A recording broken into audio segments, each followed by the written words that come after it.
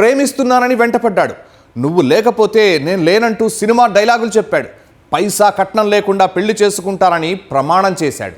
అమ్మాయి తల్లి అభ్యంతరం చెప్పినా ఎదిరించి మరీ పెళ్లి చేసుకున్నాడు. ఇంత జరిగాక కన్న కూతురే లేదనుకుని ఆమె బతుకుతోంది. మరి పైసా కట్నం వద్దని ప్రేమించిన అమ్మాయిని తీసుకుని వెళ్ళిపోయిన ఆ యువకుడు మళ్ళీ అత్తింటికి ఎందుకు వచ్చాడు? రెండో పెళ్లి ద్వారా అత్తకు సంక్రమించిన ఆస్తి కోసం అతను ఏం చేశాడు? ఎలాంటి ఘాతుకానికి పాల్పడ్డాడు?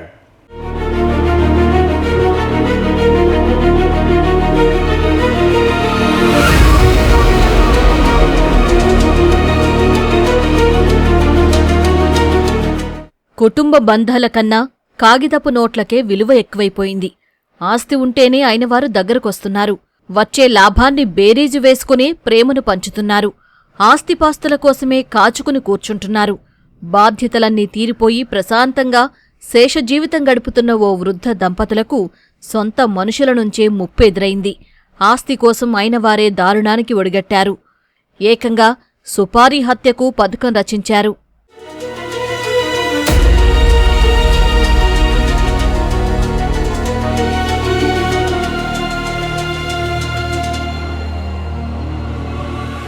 పల్నాడు జిల్లా పెదకూరపాడు ఆంజనేయస్వామి బొమ్మ సెంటర్కు చెందిన అవ్వారి బాలగురవయ్య మొదటి భార్య చనిపోవడంతో అరుణను రెండో పెళ్లి చేసుకున్నాడు.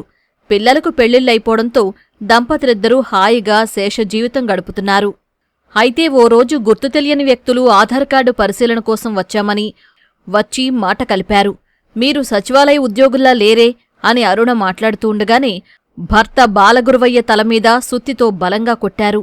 వెంటనే అరుణ గొంతు కత్తితో కోసి దుండగులు అక్కడ్నుంచి పరారయ్యారు. బాలగురవయ్య తేరుకుని చూసేసరికి అరుణ ప్రాణాలు విడిచింది. గాయపడిన గురవయ్యను స్థానికులు ఆసుపత్రికి తరలించారు.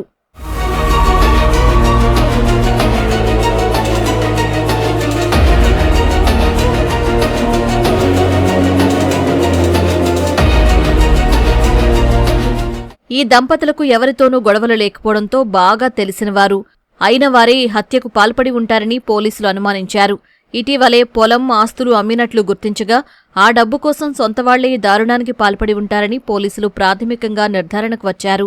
అయితే గురవయ్య తన పేరిట ఉన్న ఆస్తులన్నీ భార్య అరుణ పేరిట రాయిగా ఆమె ఇటీవలే పొలం, ఆస్తులన్నీ అమ్మి విజయవాడలో ఇల్లు కొనుగోలు చేసింది.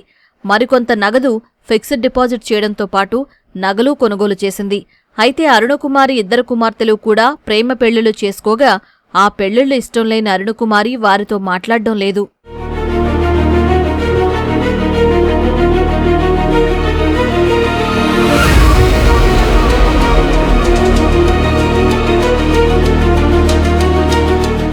అరుణకుమారి దంపతులకు మగపిల్లలు లేకపోవడంతో ఎప్పటికైనా ఆస్తి తమకే వస్తుందని పెద్దాల్లుడు పానుగంటి బాలనరేష్ ఆశగా ఉండేవాడు. ఈ క్రమంలో ఆస్తులమ్మగా వచ్చిన సొమ్ములు తమ వాటా ఇవ్వాల్సిందిగా అడిగాడు. తనకు ఇష్టం లేని పెళ్లిళ్లు చేసుకుని వెళ్లిపోయిన కుమార్తెలకు ఆస్తిలో చిల్లిగవ్వ కూడా ఇచ్చేది లేదని ఆమె తెగేసి చెప్పింది. దీంతో అత్తమీద అల్లుడు పగ పెంచుకున్నాడు. ఇన్నాళ్లు ఆస్తి వస్తుందని ఆశగా ఎదురుచూసిన నరేష్కు అత్త నిర్ణయం రుచించలేదు. ఆమె అడ్డు తొలగిస్తే ఆస్తి మొత్తం తమకే దక్కుతుందని పథకం వేశాడు. ప్రకాశం జిల్లాకు చెందిన ఎర్రగోపు మహేంద్రకు 30 లక్షలు సుపారీ ఇస్తానని చెప్పి అత్త హత్యకు ప్రణాళిక రచించాడు. అందులో భాగంగానే మహేంద్ర మనుషులు అరుణకుమారిని చంపి బాలగురవయ్యను తీవ్రంగా గాయపరిచారు. ఈ కేసులో ప్రధాన నిందితుడు అల్లుడు నరేష్తో పాటు మహేంద్ర, నాగేశ్వరరావు, కైలా కిషోర్, గోవిందును పోలీసులు అరెస్టు చేశారు. బాలనరేష్ అన్న వ్యక్తి అరుణకుమారి మీద గ్రడ్జ్ పెంచుకున్నాడు. మాకు రావాల్సిన వాటా మాకు ఇవ్వలేదు, మమ్మల్ని అస్తమానం అవమానిస్తున్నారు అని చెప్పేసి. సో ఈవిడ అరుణకుమారి తన మిగిలిన ఆస్తి కూడా అమ్మేద్దాము అని చెప్పేసి అనుకుంటున్నారు అనమాట.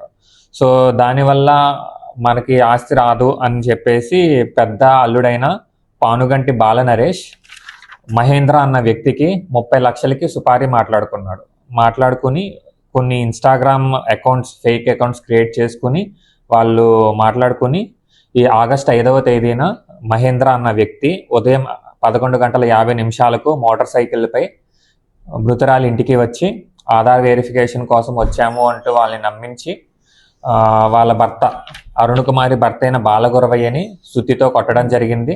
అదేవిధంగా అరుణకుమారిని తెచ్చుకున్న చాకుతోటి పీక నరకడం కూడా జరిగింది.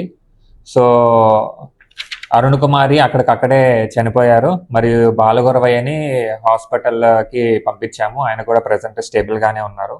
ప్రేమ పెళ్లి చేసుకునేటప్పుడు ఆస్తి అక్కర్లేదని ఆదర్శ మాటలు మాట్లాడిన బాలనరేష్ కేవలం డబ్బు కోసమే సొంత అత్తయ్యను సుపారీ గ్యాంగ్తో హత్య చేయించాడు.